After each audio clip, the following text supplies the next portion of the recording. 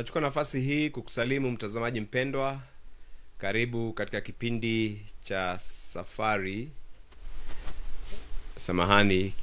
karamu ya neno kinachokujia katika Messianic Voice TV, na ni mimi wako mchungaji SK Ng'ang'a. Asante kwa sababu ya kujiunga pamoja nami katika wiki hii yote ambayo tumekuwa tukirudia na kujaribu neno hili likazama ndani yetu. Kitabu cha chuo cha nabii Isaya 61 kuanzia mstari wa kwanza hadi wa mwisho, na leo tunatia tamati tukiangalia watiwa mafuta kudhihirisha utukufu wa baba wetu Yawe. Katika kitabu hicho tumesema kwamba kuna ahadi kama 16, lakini kila ahadi unapopewa na baba yetu kwamba ataitimiliza, haitimilizi tu hivi bila wewe kuwa umewajibika ama bila wewe kutimiza madai ambayo unafaa kutimiza. Na kwa hivyo vile vile pia tumeangalia madai ambayo kila mmoja wetu anafaa kuyafanya ili kuweza kufurahia mibaraka ambayo imewekwa katika mabano ya ahadi ambazo baba wetu ametupatia. Karibu katika kipindi, na ni asante sana kwa kujiunga nami hapa katika Messianic Voice TV, na ninaomba tukaweza kufungua kwa maombezi. Baba wetu Yawe uishiye juu mbinguni, jina lako litukuzwe. Asante kwa sababu ya kutupa nafasi nzuri ya kuja kuliachilia neno lako Baba, kwa uwezo wa Roho yako Mtakatifu likapenya ndani ya wasikizaji wetu na watazamaji wetu, likaleta mabadiliko yanayofaa ndani ya kila mmoja wetu. Asante kwa kuwa nasi tangia tulipoanza msururu huu na umbali huu umetuleta. Tunakuita Yawe Embeneza, na mchana wa leo na siku ya leo tunaomba Baba ukatutumia kama vyombo vyako, tukiwa hapa sote wanaofanikisha kipindi hiki. Pokea sifa, pokea utukufu kupitia jina takatifu yule mno la mwanao wa pekee Masihi Yeshua Mwokozi wetu, tumeomba pamoja na kushukuru. Nitafungua kipindi katika Isaia 61 na nitasoma mstari ule wa 3 na vile vile pia nisome mstari wa 11. Ili waitwe miti ya haki iliyopandwa na Yawe, apate kutukuzwa. Baba wetu apate kutukuzwa kwa sababu ya wewe kuwa umeokoka, kwamba umepandwa kama mti ambao ni mti wa haki, na vile vile umetiwa mafuta, lengo kuu likiwa ni tumtukuze yeye. Jambo hilo likarudiwa katika mstari wa mwisho ambayo inasema, kwa maana kama nchi itoavyo machipukizi yake na kama bustani ichipukavyo vitu vilivyopandwa ndani yake, ndivyo Yawe Elohimu atakavyochipuza haki na sifa mbele ya mataifa yake. Kwa hivyo kusudi kuu la kutiwa mafuta, mtazamaji mpendwa, ni si mafanikio tu ya kibinafsi ama kujitafutia umaarufu wala kujitafutia utajiri au ushawishi. Kusudi kuu kabisa kutiwa mafuta ni kudhihirisha utukufu wa baba wetu Yawe. Katika kitabu hichi cha Isaia 61 tunaona ahadi za uponyaji, tunaona ahadi za urejesho, ujenzi upya, kibali, furaha na haki. Hata hivyo, baraka hizi zote zinaelekeza wenye kusudi kubwa zaidi, kwamba Yawe atukuzwe kupitia maisha ya watu wake. Na hapo ndipo msimamo wetu ulipo. Watiwa mafuta ambao tumejadili katika hoja hii ni wewe na mimi, wameitwa kuwashuhudia uhai wa nguvu. Tushuhudie wema wa baba wetu Yawe na uaminifu wa Yawe.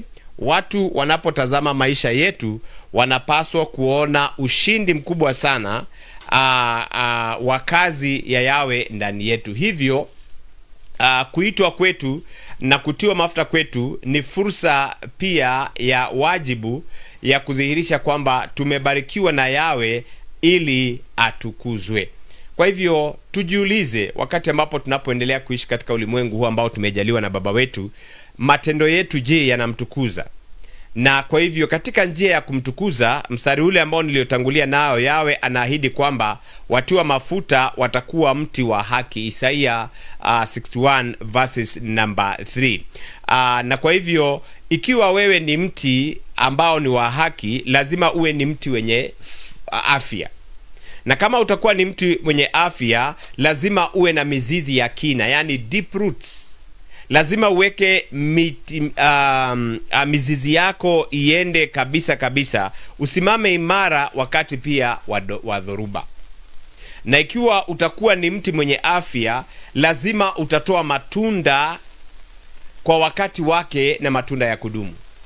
Na lazima ulete manufaa kwa wengine. Kwa hivyo unakuta tunapoitwa mtu wa haki, saidia wengine waeze hata kunyonyolea imani yako, kwa sababu ya vile umemtumainia baba wetu Yawe. Ukimuita, watu waliokuzunguka wakaweza kufaidika, na zaidi sana matunda ya roho yakaweza kuonekana ndani yako, na jina la baba wetu nalipewe hivyo. Kwa hivyo waumini alitiwa mafuta, ameitwa kuwa dhabiti katika njia ya kiroho, kuwa ni mtu ambaye aliyekomaa, na vile vile pia akawa ni mtu ambaye amezaa matunda. Ahadi ni kwamba Yawe atawasimamisha watu wake kwa udhabiti kiasi cha kuwa mifano inayoonekana ya haki yake. Mambo ambayo huzalisha kupitia watiwa mafuta ni mambo ya aina gani? Tumekuwa tukiyatazamia na kuiangalia katika wiki hii, na vile vile pia ninayataja hapa. Jambo la kwanza ni tabia ya haki. Ikiwa wewe ni mti wa haki, utakuwa na tabia ya haki. Utakuwa na matunda ya kiroho. Tumeona upendo, uvumilivu, amani na mambo kadha kama ya hayo. Na utakuwa una uaminifu wa kudumu. Si kwamba leo uko mzuri kesho unaharibika. Ni heri tukazidi kuwa waaminifu, tukianza tukimalizia vizuri, maana Biblia inasema kwamba mwanzilishi wa kazi yote njema anaweza kuimarisha. Na vile vile pia tutakuwa na hali hiyo ya ushawishi wa kifalme.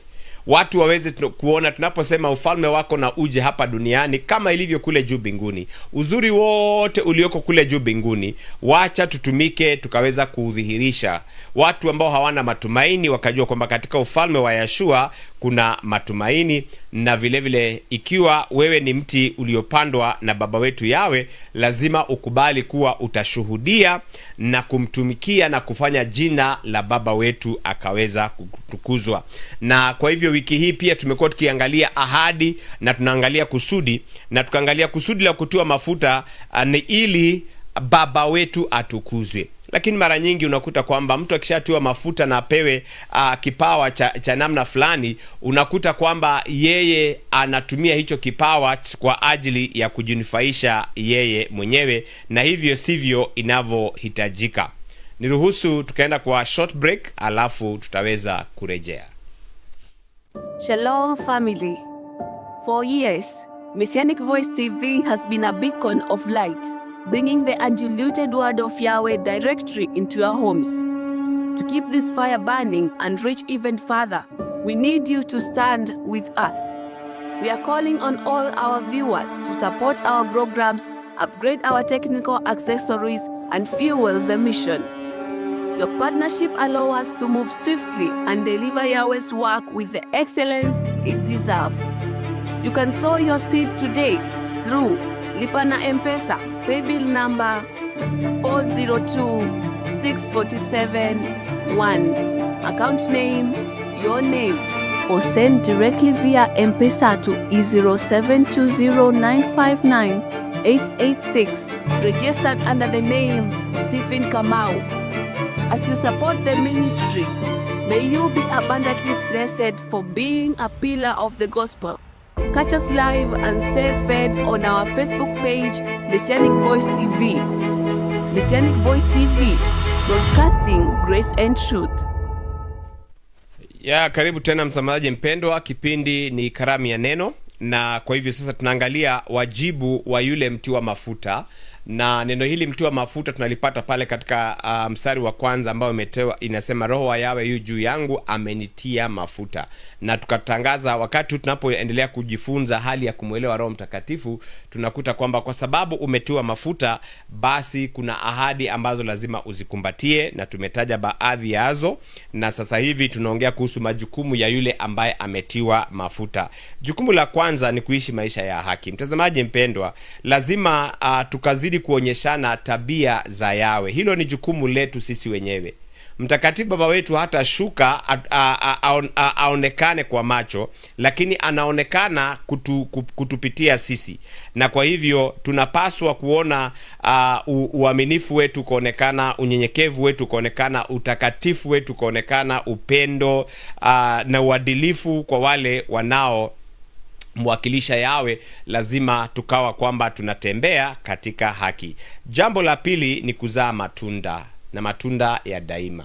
Yeshua amefundisha somo hili, akasema kwamba neno ni mbegu lilena likapandwa likazaa, ingine mara 100 na kadhalika na kadhalika. Na kwa hivyo kuna mifano mingi sana kuone kwamba tuna jukumu la kumletea watu wengi.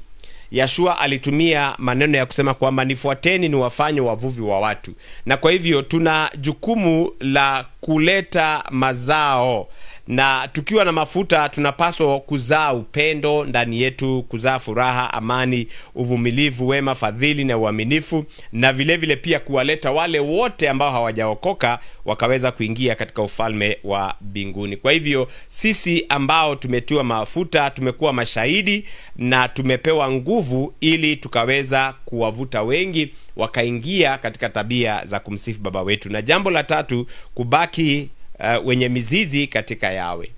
Neno lasema katika Zaburi 1 kwamba mtu mwenye haki anayetafakari sheria za baba wetu, ambaye hakai katika njia za wakosaji na wala hafurahishwi na mizaha ya walio katika mizaha, amefananishwa vile vile na mti uliopandwa kando ya maji, ambayo matawi yake yanyauki. Na kwa hivyo ikiwa umepandwa kando ya maji, ni kumaanisha mizizi yako unawacha ikaingia ndani ya maji, hautanyayuka kamwe. Masihi akasema katika kitabu cha Yohana 15, mimi ni mzabibu na baba yangu ni mkulima, na kwa hivyo hawezi ukazaa lolote bila wewe kuwa ndani yake. Na kwa hivyo tawi ambalo linakatwa kutoka ndani yake linaanguka kule nje. Na kwa hivyo tuhakikishe kwamba mizizi yetu inaingia, na hatukosi kuwa connected na heaven. Na tunakuwa connected na njia gani? Watu ambao ni wa maombezi, watu ambao wanafunga, watu ambao wanasoma neno kila mara, watu ambao wanafurahia kuhudhuria mikutano ya ibada, iwe ni lunch hour, iwe ni wakati wa Idi, iwe ni wakati wa likizo na kuna seminar. Unahakikisha kwamba unakuwa connected, na vile unavyohudhuria seminar nyingi ndivyo ulivyo connected. Na jambo lingine ambalo litafanya uweze kuwa connected na baba wetu Yawe ni kuwa mtiifu, kwa sababu tumeangalia tukaona hoja hii ya utiifu. Baba wetu anasema kwamba hapendezwi na dhabihu kuliko kutii. Na kwa hivyo ikiwa atakwambia kitu na wewe ukifuatilie, basi mtazamaji mpendwa, unakuta kwamba bila shaka utazidi kuendelea na utakuwa ni mti ambao umepandwa katika haki, na hiyo iwe sehemu yako katika jina la Masihi Yeshua. Na jukumu lingine ambalo tumepewa la 4 ni kumpa Yawe utukufu. Watiwa mafuta wanapaswa hawapaswi kujipatia sifa, mbali wanafaa kufanya jina la baba wetu Yawe likaweza kutukanwa. Na kwa hivyo mafanikio yote, ushindi wote, ukuaji wote vinapaswa kuwa sababu ya watu kumtukuza baba wetu Yawe. Kwa hivyo unakaa ukisema, Baba, I say thank you kwa sababu haya yote umetutendea, ni kwa wema wako, ni kwa uzuri wako, ukikumbuka kwamba Biblia inasema kwamba hata sio sisi tuliyomchagua baba wetu, ni yeye aliyetuchagua. Kwa hivyo majukumu ni mengi, lakini muda hauruhusu tukaweza kuiangalia yote. Na katika mambo hayo ya kufanya baba wetu akatukuzwa, tuna Musa, mwandishi wa vitabu 5 vya Biblia. Ingawa Yawe alimtumia kwa nguvu nyingi, Musa daima aliwaelekeza watu kwa Yawe na kwa utukufu wake. Musa hakutaka akasifiwa yeye, alikuwa anawaelekeza watu wakamjua baba wetu Yawe, wakamwamini in big times. Mwingine ambaye niko naye katika mfano wangu ni Daudi mfalme. Daudi, ushindi wa Daudi ulifunua nguvu za uaminifu wa Yawe mbele ya Israeli na mataifa mengi. Daudi alikuwa ni mtu mchapa vita sana, na ndio maana aliambiwa hata alimwaga damu nyingi, kwa sababu Daudi hakuwahi shindwa. Na kwa hivyo ile ushindi aliyokuwa anashinda nayo ni kwa sababu alikuwa ni mtiwa mafuta, na yote aliyoyafanya alijiondoa, akawacha Yawe akaweza kupokea zile sifa. Yohana Mbatizaji alielewa kusudi hili, na ndiposa akasema kwamba yeye hana budi kuzidi, mbali mimi na kupungua. Yohana alisema wacha Masihi aendelee kupanda na yeye aendelee kupungua. Na Yeshua Mesaya vile vile pia ni mfano mzuri. Yeshua alimdhihirisha Baba kikamilifu, na kila alichofanya kilileta heshima na utukufu kwa Baba wetu Yawe, na jina lake Baba na likaweza kupewa sifa. Na kwa hivyo tunakuta kwamba katika kitabu hichi cha Isaia 61 kuna mambo mengi sana ambayo tumeweza kuyapata zikiwa ni ahadi, na kwa hivyo tunafaa kuzizingatia, tunafaa kuzifuata ili tukaweza kufurahia kila ahadi tuliyopewa. Na kwa hivyo mafunzo ya kitabu cha Isaia 61 ni kutiwa mafuta ni kwa ajili ya utukufu wa Yawe. Tumeona hivyo. Matunda ya kiroho ni ushahidi wa ukomavu wa kiroho. Na kwa hivyo ikiwa utakaa ndani ya Masihi Yeshua, basi utakomaa na utamzalia matunda. Na jambo lingine ni kwamba haki huzaa ushuhuda wa kudumu. When you are righteous, utakatifu wako na haki yako itakaa na hata na milele. Na vile vile sisi kama waumini tuwe na matunda huwa wa baraka kwa watu wale wengine. Matunda ulio nayo yanazidi kuwa baraka kwa watu wale wengine. Na hoja hiyo nyingine ni kwamba Yawe anatamani watu wake waudhihirishe wema wake mbele za mataifa.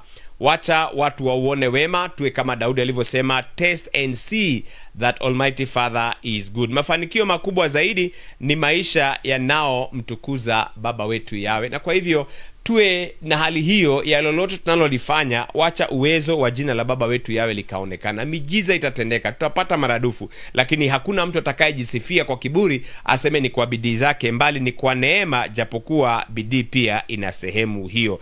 Na kwa hivyo watazamaji wapendwa, tumefika mwisho wa wiki hii, nikiamini kwamba sasa ni kuzoazoa tu zile ahadi, na unaposimama watu wataziona, watazisikia, watazigusa, kwa sababu na wewe umejipanga kuweza kufuatilia mambo hayo kwa haki. Na hadi tutakapoonana wiki ijayo kwa majalio yake Baba wetu katika kipindi hiki, kwaherini. Yawe akubariki na kukulinda.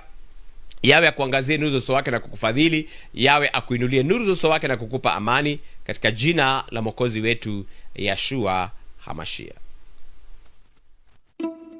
Shalom wapendwa. Karibu katika kipindi chako Makaribisho ya Sabato, wakati maalum wa kujiandaa kuingia katika siku takatifu ya Yawe. Ndivyo na sisi leo tunaambiwa tukaweza kujiandaa kwa ajili ya Sabato. Tujiandae vizuri ili tukaweza kufurahia Sabato. Wakati tumeingia Sabato ni pumziko.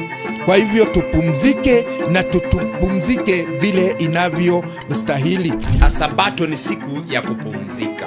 Baada ya kufanya kazi na umechoka, unaulizwa ukaweza kupumzika. Na jambo la pili, Sabato ni siku ya kukusanyika mbele zake Baba wetu Yawe. Sabato ni siku iliyobarikiwa, siku ya kupumzika, kuabudu na kukutana na Yawe kwa kina.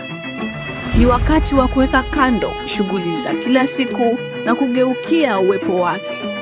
Kupitia kipindi hiki utajifunza jinsi ya kujiandaa kwa Sabato, kuingia katika utakatifu wake na kuufungua moyo wako pokea neno na baraka za Yawe. Jiunge nasi kila Ijumaa kuanzia saa 12 jioni kupitia Messianic Voice TV. Usikose Makaribisho ya Sabato, mahali pa kuanzia Sabato yako kwa utukufu na amani. Karibu Sabato. Shalom.